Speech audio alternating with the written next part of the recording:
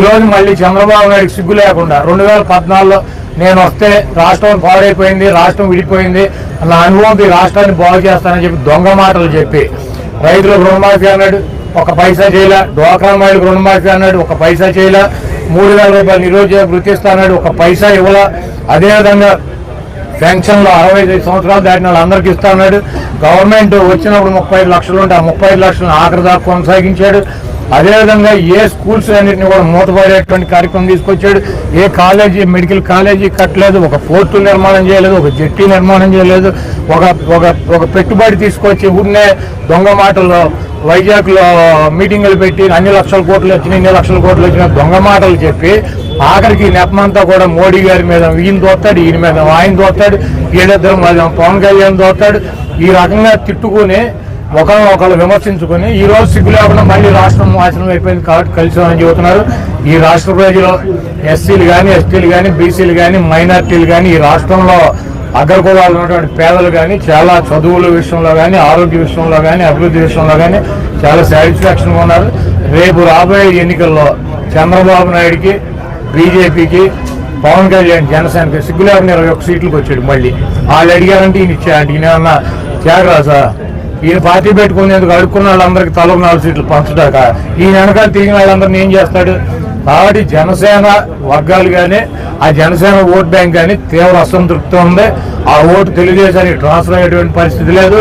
అదేవిధంగా మోడీ గారిని భార్య లేదని, పిల్లలు లేదని, ఆయన నల్ల డ్రెస్ చేసుకుని చంద్రబాబు తిట్టినటువంటి తిట్టులకి బీజేపీ వర్గాలు కానీ, ఆర్ఎస్ఎస్ కానీ, ఈ కింద ఉన్నటువంటి క్యాడర్ కానీ పూర్తి అసంతృప్తి ఉన్నారు. ఈ అలయన్స్ బీజేపీ ఎట్టి పరిస్థితుల్లో నా ఓట్ బ్యాంక్ తెలుగుదేశానికి వేయమని చెప్పి కరాఖండిగా చెబుతున్నారు. ఈ అలయన్స్ అట్టర్ ఫ్లాప్. చంద్రబాబు నాయుడుకి ఈసారి 23 సీట్లు కూడా రావు. మా వైఎస్ఆర్ కాంగ్రెస్ పార్టీ ఈ పుట్టినరోజు 13 నుండి 14వ సంవత్సరం వచ్చినటువంటి పుట్టినరోజు ఈ రాష్ట్ర ప్రజలకి పండగ రోజు. రాబోయే రోజుల్లో జగన్మోహన్ రెడ్డి గారు మళ్ళీ ముఖ్యమంత్రి అవటం, ఈ రాష్ట్రంలో ఉన్నటువంటి నిరుపేదలకి అండగా ఈ రాష్ట్రాన్ని అభివృద్ధి చేయడంలో జగన్మోహన్ రెడ్డి గారి పాత్ర కీలకం. ఎంతమంది కలిసి ఏమి చేసినా కూడా జగన్మోహన్ రెడ్డి గారు ఇంటర్ కూడా పేర్లేరు. పాదయాత్ర చేశాడు, దానికి ఎన్ని కోట్లు ఖర్చు పెట్టారంటే దేశం అంతా కలిపి. అది కూడా చెప్పమానండి. ఇవన్నీ ఏంటంటే జగన్మోహన్ రెడ్డి గారిని ఓడించాలి. జగన్మోహన్ రెడ్డి గారి మీద బీజేపీ, జాతీయ పార్టీ కాంగ్రెస్ రెండు, లోకల్గా ఉన్న party Telugu Desam, Janasena, CPI, CPM వీళ్ళందరూ దృక్పథం, వీళ్ళందరూ ఆశయం ఏంటి?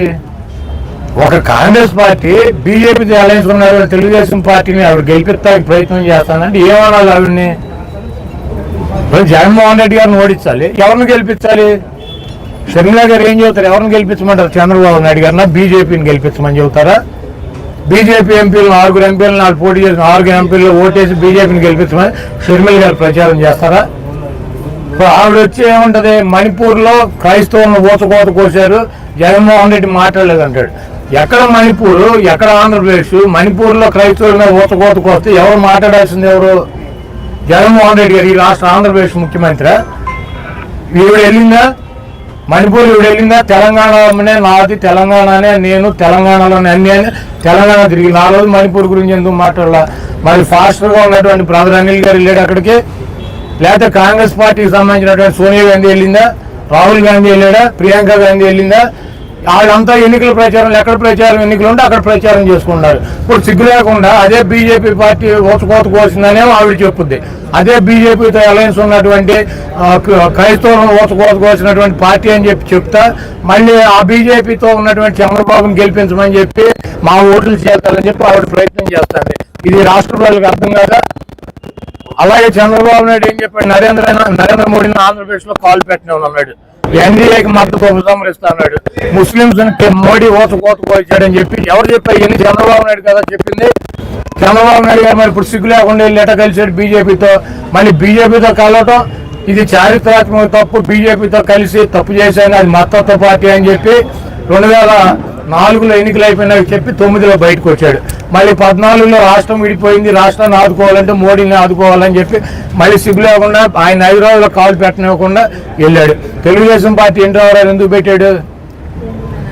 ఢిల్లీలో ఈ నాయకులు, కాంగ్రెస్ నాయకులు తెలుగువాడి ఆత్మగౌరవాన్ని తాకట్టు పెట్టి వాళ్ళ కాళ్ళ దగ్గర దేవి మాలేసి కూర్చున్నారని తెలుగుదేశం పార్టీ పెట్టాడు.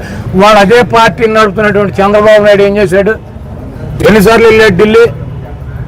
బీజేపీ అనౌన్స్ కోసం ఎన్నిసార్లు ఢిల్లీ వెళ్ళాడు? ఎన్ని రోజులు వెయిట్ చేశాడు? మేము అక్కడ పాండిచేరి వెళ్ళి రావాలి అమిత్ షా అంటే ఈయన ఇట్లా పెట్టుకుని వెయిట్ చేస్తూ ఉంటాడు, ఆయన ఎప్పుడు వస్తాడని చెప్పి. ఈ గతి ఎవరు? తెలుగువాడి ఆత్మగౌరవం కోసం పెట్టినటువంటి తెలుగుదేశం పార్టీ తెలుగువాడి ఆత్మగౌరవాన్ని ఢిల్లీ విధుల్లో తాకట్టు పెట్టలేదు. ఈ దొంగ ఈ 420 ముఖ్యమంత్రి పదవి కోసం చంద్రబాబు సిగ్గులేదని మాట్లాడతాకే షర్మిల గారు బీజేపీ అలయన్స్ ఉన్నటువంటి తెలుగుదేశం పార్టీని గెలిపించాలంటది. మళ్ళీ ఆవిడే వచ్చి మణిపూర్లో క్రైస్తవులు కోత కోసారు. ఎవరు కోసారు? అక్కడ ఏ ప్రభుత్వం ఉంది? కేంద్రంలో ఏ ప్రభుత్వం ఉంది? ఆపాల్సిన బాధ్యత జగన్మోహన్ రెడ్డి గారికి నాకు ఉంటుందా? ఆయన క్రిస్టియన్ మిషనరీ పెట్టి క్రైస్తవుల కోసం పాటుపడేటువంటి నీళ్ళు అని చెప్తాడు. ఎవరెళ్ళి ఆపాలి? ఎవరెళ్ళి వాళ్ళని పరామర్శించాలి? అటువంటి పార్టీకి వీళ్ళు వెళ్ళి మద్దతు ఇస్తారు. ఇవన్నీ రాష్ట్ర ప్రజలు గమనించట్లేదా? ఈ పనికి మారిన మాటలతో కాంగ్రెస్ పార్టీ 0.9% ఉన్న ఓటింగ్ 0.7కో 6కో వస్తుంది. షర్మిలమ్మ కాంగ్రెస్ పార్టీకి నాయకత్వం వహించిన ఇక్కడ ఎవడో అభ్యర్థులు మారే పరిస్థితి లేదు.